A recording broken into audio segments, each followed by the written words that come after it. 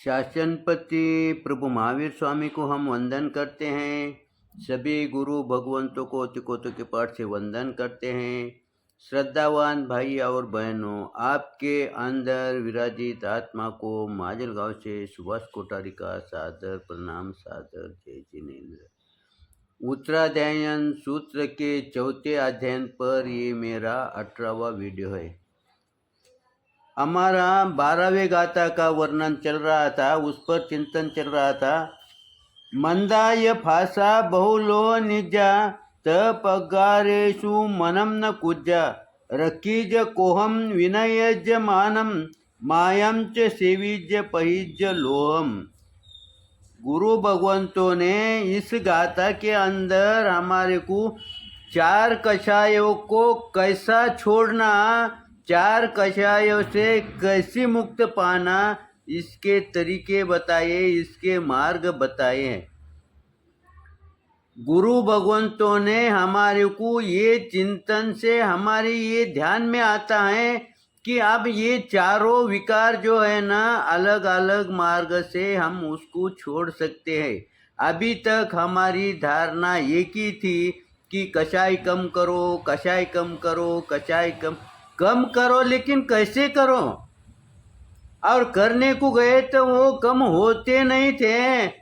लेकिन अब ये मार्ग जब गुरु भगवंतों ने दिखाया है तो निश्चित ही हमारा क्रोध कषाय जो भी है वो निश्चित रूप से कम होगा। अब यहाँ पर एक बात ध्यान में आती है कि ये चारों मार्ग हमारे ध्यान में रहना ना,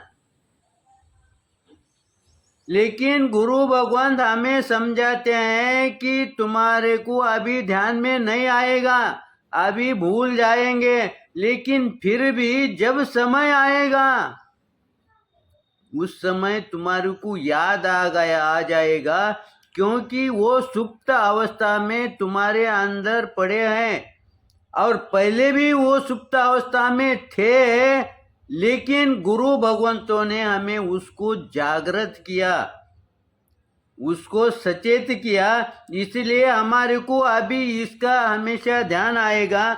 आगे इस गाथा में कहा मंदाय फासा। अब गुरु भगवंतों ने मंद यानी मंद बुद्धि वाले, उसके 2 अर्थ होते हैं, एक मंद बुद्धि वाले और दूसरा मंद गति होने से। मंदा ये शब्द स्त्रियों को लिए आता है, यानी जिसकी गति कम होती है। मंदा ये भाषा यानी मंद बुद्धि वाला, मंद गति वाला, और मंदा ये शब्द स्त्री के लिए आता है। आगे क्या कहा है?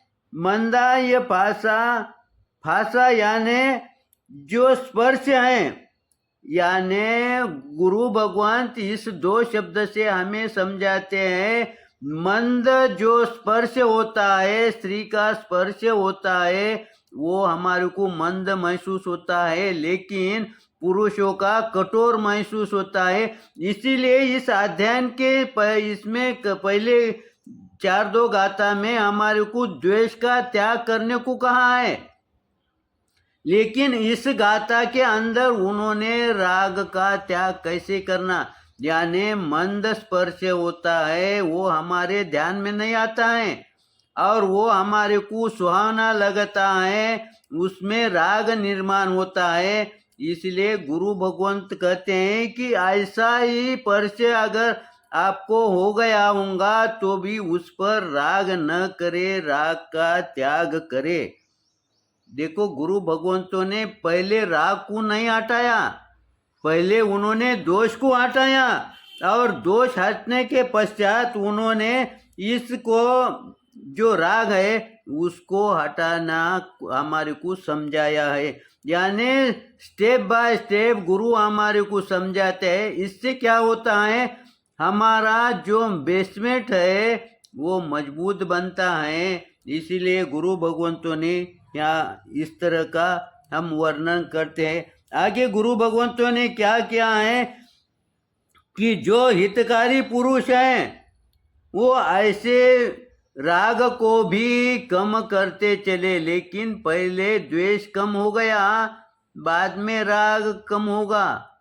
पहले राग, क्योंकि राग का इतना पतला है कि हम द्वेष हमारे ध्यान में आ जाता है, लेकिन राग इमीडिएट हमारे ध्यान में नहीं आता है। इसीलिए गुरु भगवंतों ने हमारे को इसमें राग का भी त्याग करने को कहा है। आगे की गाथा, जो 13वीं गाथा में गुरु भगवंत क्या समझाते हैं, जे शंकाया तुच्छ परिवाही ते पिज्जा दोषानुगया परज्जा ये अम्मे तिगुच्च मानो कंके गुने जाव शरीर भेये। 18वें गाथा में गुरु भगवंत हमें क्या समझाते हैं, जो कृत्रिम संस्कारी यानी संकाया यानी कृत्रिम रूप से संस्कारित, कृत्रिम रूप से यानी उसने संस्कारित होने का नाटक किया है। वो हमारे देखने में हमारे परिवार में कई जगह पर आ जाते हैं। जो बच्चे शुरू से ही उनको माता का सानिध्य ऐसा मिलता है, वो संस्कारित बनते हैं। लेकिन कोई कोई बच्चा संस्कारित नहीं होता है, उसको संस्कार नहीं मिलते हैं, तो लेकिन प्रसंग आने के पश्चात वो संस्कार होने का नाटक करता है। और आगे कहा है, संस्कारित पटु जो जीवन को संस्कृत मानते हैं, ऐसे परम प्रवादी तुच्छ निसार तत्व ज्ञान को शून्य है। यानी गुरु भगवंत यहाँ पर कहते हैं संस्कारित पटु यानी पंडित, यानी जो कि सिर्फ ह्रस्व दीर्घ इसमें ही उलझा है। कभी कभी मेरे को कुछ भाई ने ये भी कहा है कि आपकी हिंदी भाषा बहुत अशुद्ध है।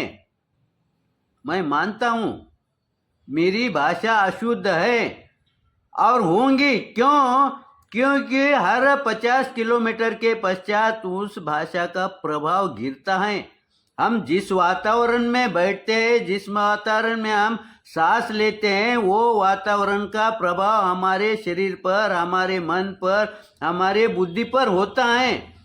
लेकिन यहाँ पर गुरु भगवान ये समझाते हैं कि तुम उसके भाव जानो, वो क्या कहता है उसको जानो। हम कभी कभी देखते हैं 4-5 वर्ष का बच्चा ऐसी बात बोलता है, आने वाले मेहमान के ध्यान में नहीं आता, लेकिन माता के ध्यान में आता है। माता के ध्यान में क्या आता है, क्यों आता है? क्योंकि माता उसके भाव को जानती है, उसके मिठास को जानती है। इसीलिए भाषा जो लैंग्वेज है उसमें मिठास है क्या, ये देखा जाता है धर्म के अंदर। हाँ, भले ही स्कूल के अंदर हम ह्रस्व दीर्घ उसके उच्चार हम प्रतिक्रमण प्रतिदिन करते हैं, फिर उसमें गलती नहीं होती है क्या? हम राजस्थानी हैं, हमारे को राजस्थानी भाषा सभी को आती है, लेकिन यदि हम राजस्थान में जाके वहाँ के भाई से बात करें, तब तुम तुलना करो तुम्हारी भाषा शुद्ध है या अशुद्ध है। वो तुम्हारे स्वयं के ध्यान में आएगा कि तुम्हारी भाषा कितनी शुद्ध है, कितनी अशुद्ध है। किसी को कहने की जरूरत नहीं है। लेकिन गुरु भगवंत कहते हैं कि भाषा के अंदर माधुर्य होना, भाषा के अंदर कुछ नया यानी गलत नहीं होना, उसके भाव क्या है। इसलिए हमारा शास्त्र, हमारा धर्म, हमारी सामायिक, हमारा प्रतिक्रमण ये भाव पर टिका है। उसका कहने के भाव क्या है, उसका कहने का उद्देश्य क्या है, ये तुम जानो। अगर हम कहेंगे कि इसकी हिंदी अच्छी नहीं, इसका मराठी लैंग्वेज अच्छी नहीं, इसकी इंग्लिश लैंग्वेज अच्छी नहीं, देखो ये लैंग्वेज का दोष निकालने के लिए हमारे को संसार है। और मैं ये मानता हूँ कि मेरा सब अशुद्ध भाषा है, हिंदी भाषा है। इसका मतलब क्या मैं वो व्यक्त नहीं करना चाहिए क्या? अशुद्ध अशुद्ध करके हम अंदर के अंदर ही रखना चाहिए क्या? जब तक हम व्यक्त नहीं करेंगे, कहेंगे नहीं, तब तक हमारे में वो सुधार नहीं आएगा। मेरे को एक भाई ने बहुत अच्छा प्रश्न किया है कि उन्होंने कहा कि आपने पहले अध्ययन में 37 ही वीडियो बनाए हैं, अगर आप चाहते हो तो अधिक वीडियो बन सकते थे। देखिए, उसके वजह से मेरे को ये प्रेरणा मिली। वो मेरे अच्छे काम के लिए उसने अनुमोदना की, इसलिए मेरा विश्लेषण आगे आगे बढ़ता गया। इसीलिए हम ये सोचे, ये चिंतन करें कि मैं सामने वाले को अनुमोदना प्रेरित कैसा कर सकता हूँ। समय को देखते हुए मेरे चिंतन के अंदर निश्चित रूप से गलत आया होगा, मैं मानता हूँ, लेकिन आगे बढ़ने के लिए गलती होना भी जरूरी है। इसीलिए आप क्षमा करेंगे ये विश्वास रखते हुए। सही लगा होगा तो लाइक करिए, शेयर करिए। इसी आशा के साथ ओम शांति।